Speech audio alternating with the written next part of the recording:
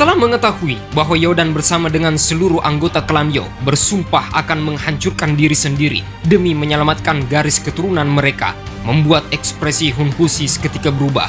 Saat melihat dan mendengarkan hal tersebut, dia lantas berkata, jika semua ahli ini menghancurkan tubuhnya, bahkan dunia yang telah disegel oleh Tuan Suhu pun mungkin akan rusak. Namun sangat disayangkan, api surgawi tersebut telah berubah menjadi tungling yang tak terhitung jumlahnya. Karena itulah tidak ada yang bisa menghentikannya. Namun meski demikian, Hun Husi tetap ingin meminimalisir masalah. Dia lantas menghancurkan sebuah gulungan hitam di tangannya, membuat ruang celah spasial seketika terbuka, mengantarkan dua sosok ahli klan Hun bernama Hun Jing dan juga Hun Yan. Mereka adalah 2 dari 4 orang suci iblis klan Hun. Setelah melihat itu, Yodan tentu saja tidak habis pikir. Istana Jiwa sampai memikirkan hal tersebut hanya untuk menghancurkan klan Yo miliknya. Situasi semakin tidak terkendali setelah kemunculan mereka berdua. Hun Jing lantas tertawa mengatakan, Yodan, keterampilan alkemis dari klan milikmu masih berguna untuk klan Hun kami. Jika kau setuju untuk membawa klan Yo menjadi klan afiliasi dari klan Hun kami, maka kau pun masih bisa mempertahankan garis keturunanmu. Mendengarkan itu, Yodan menjawab, bahkan meskipun klan Yoku mengorbankan darah terakhir, aku tidak akan pernah mengorbankan apapun demi klan hina seperti kalian. Kami tidak akan pernah hidup dengan cara memalukan, bahkan sampai menjilat klan Hun milikmu.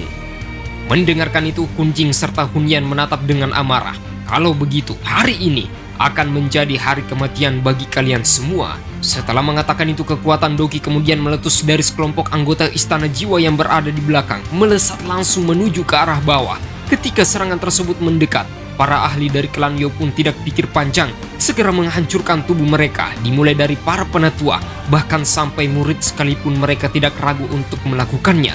Ledakan penghancur layaknya bintang jatuh mengguncang wilayah pegunungan.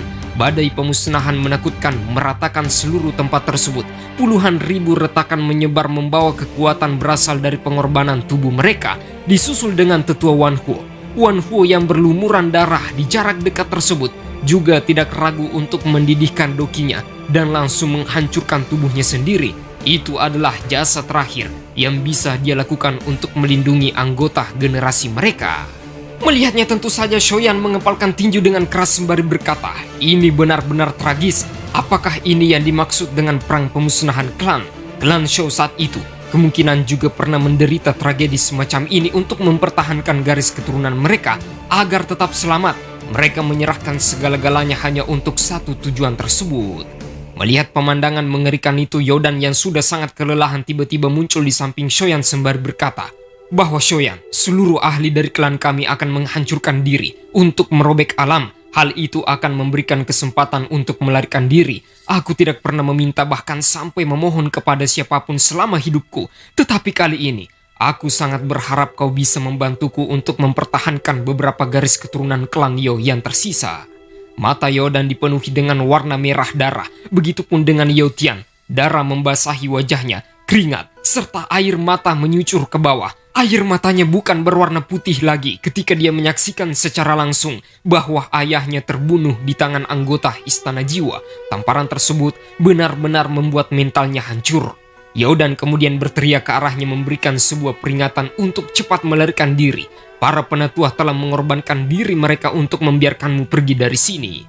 Namun pandangan bola mata Yao Tian sudah benar-benar kosong. Yodan kembali berkata bahwa mulai dari sekarang kalian semua akan mematuhi apa yang dikatakan oleh Shoyan untuk memastikan bahwa garis keturunan dari klan kami berlanjut bahkan meskipun kalian diminta untuk mati. Shoyan menghela nafas panjang meskipun permintaan yang diinginkan oleh Yodan sangatlah berat, apalagi dia masih harus membalaskan dendam klan Shou miliknya. Tetapi untuk sekarang itu adalah permintaan terakhir yang diinginkan oleh Yodan kepadanya. Karena itulah Shoyan hanya bisa berpasrah sembari mengatakan, pemimpin klan Yo, aku akan melakukan yang terbaik. Tetua Seno yang berada di sana pun ikut membenarkan hal tersebut. Dia juga ingin membantu klan Yo demi mempertahankan garis keturunannya. Setelah mendengarkan jawaban itu, Yodan kemudian menghela nafas yang begitu lega, serasa perjuangannya tidak berakhir sia-sia. Senyuman terakhir kemudian terlintas di wajahnya. Dia lantas berkata kepada seluruh anggotanya yang tersisa, bahwa persiapkanlah diri kalian. Aku akan menahan Hun Jing serta Hun Yan. Sementara tetua yang lain, akan membantumu untuk merobek ruang. Setelah itu pergilah dari tempat ini." Setelah mengatakan itu, tubuh Yodan tiba-tiba melesat keluar dengan energi Doki mendidih dari dalam, menembak langsung menuju ke arah Hunjing serta Hunyan. Meskipun itu adalah pilihan yang paling gila, tetapi tidak ada yang bisa dia lakukan sekarang selain memberikan waktu kepada orang yang tersisa agar bisa selamat dari mimpi buruk tersebut. Tidak berselang lama, para penatua yang tersisa dari klan Yo pun seketika membuka ruang celah spasial.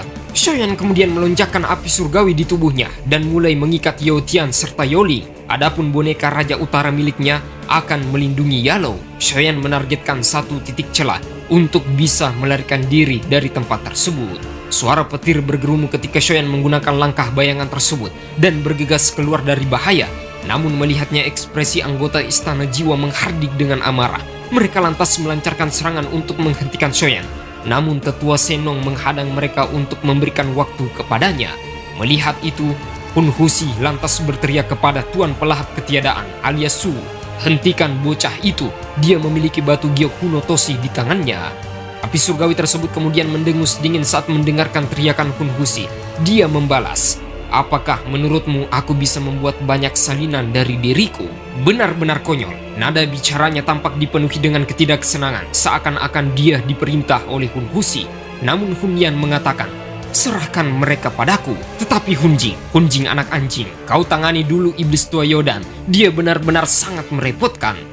Setelah mengatakan itu, hanya sepersekian detik saja menggunakan kecepatan yang dimiliki oleh dewa iblis sepertinya, Hun Yan langsung muncul di hadapan Shoyan dengan tertawa dingin sembari berkata, "Bocah, namamu tidak asing bagiku. Cukup banyak rumor yang beredar tentangmu di dalam klan kami.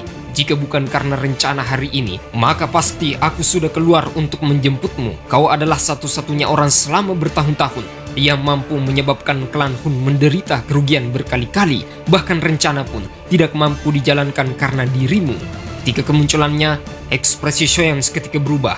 Dia jelas sedikit takut dengannya. Kekuatan yang dimiliki oleh iblis seperti Hun Yan tidak lain dan juga tidak bukan berada di ranah doseng bintang 7 tingkat lanjut, jauh lebih kuat dibandingkan dengan tetua Yodan. Tetua Senong yang berada di sana pun masih sempat-sempatnya menolong Shoyan.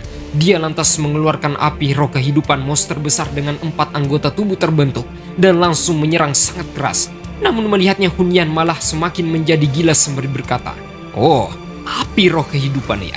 Aku juga cukup tertarik dengan itu. Karenanya, setelah menangkap bocah ini, maka api roh milikmu akan segera menjadi milikku." Setelah mengatakannya, Doki hitam pekat tiba-tiba membentuk telapak tangan raksasa dan menghantam binatang monster api yang dibentuk oleh Senong dan langsung menghancurkannya.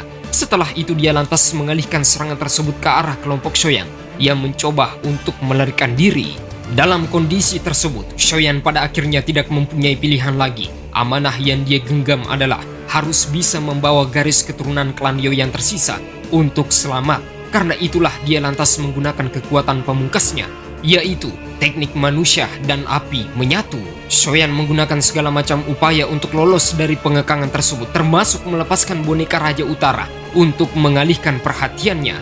Ketika melihatnya, Hun Yan sebenarnya dibuat takjub oleh Shoyan. Tidak disangka bocah ini memiliki begitu banyak trik yang licik. Meskipun tubuh fisik dari boneka tersebut sangat kuat, tetapi itu tetaplah boneka. Bentrokan pecah dalam sepersekian detik. Hun Yan mampu melumpuhkan sang Raja Utara. Shoyan kembali menggunakan api Yiwah untuk membantu tubuh dari api surgawi kecil itu berubah menjadi tulang dan ditutupi oleh lapisan kristal berwarna merah muda. Langsung membentuk sebuah teknik segel yang bernama pemusnahan teratai api.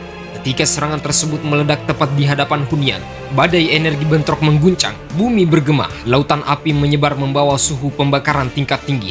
Namun Hun Yan hanya menyekah bekas kelelahan sedikit saja di wajahnya sembari berkata, "Jika hanya seperti ini kemampuanmu dan kau anggap itu adalah kartu andalan, maka bersiaplah untuk menyerahkan batu kuno Toshi itu dengan patuh. Jika tidak, aku tidak akan membiarkanmu mati dengan damai." Ketika melihat Hun Yan berhasil lolos dan bahkan tidak terluka sama sekali di bawah pengaruh teratai api pemusnahan yang dilepaskan oleh Yiwa, Shoyan mulai memasang wajah suram. Pertarungan singkat itu benar-benar tidak membuahkan hasil, padahal kekuatan manusia dan api telah menyatu. Shoyan lantas berteriak ke arah tetua Senong serta Yo Tian bahwa pinjamkan aku api surgawi di dalam tubuh kalian karena situasinya sudah sangat mendesak. dan hanya itulah pilihan satu-satunya yang mungkin bisa memberikan celah agar mereka mendapatkan kesempatan untuk lari. Maka tidak pikir panjang, Tetua Senong kemudian mengetukkan tongkat di tangannya. Begitupun dengan Yao Tian, tidak ragu untuk memuntahkan sekelompok api coklat tua dari tubuhnya. Api surgawi peringkat ke-13 bernama Bumi Spiritual ditambahkan ke dalam roh api kehidupan.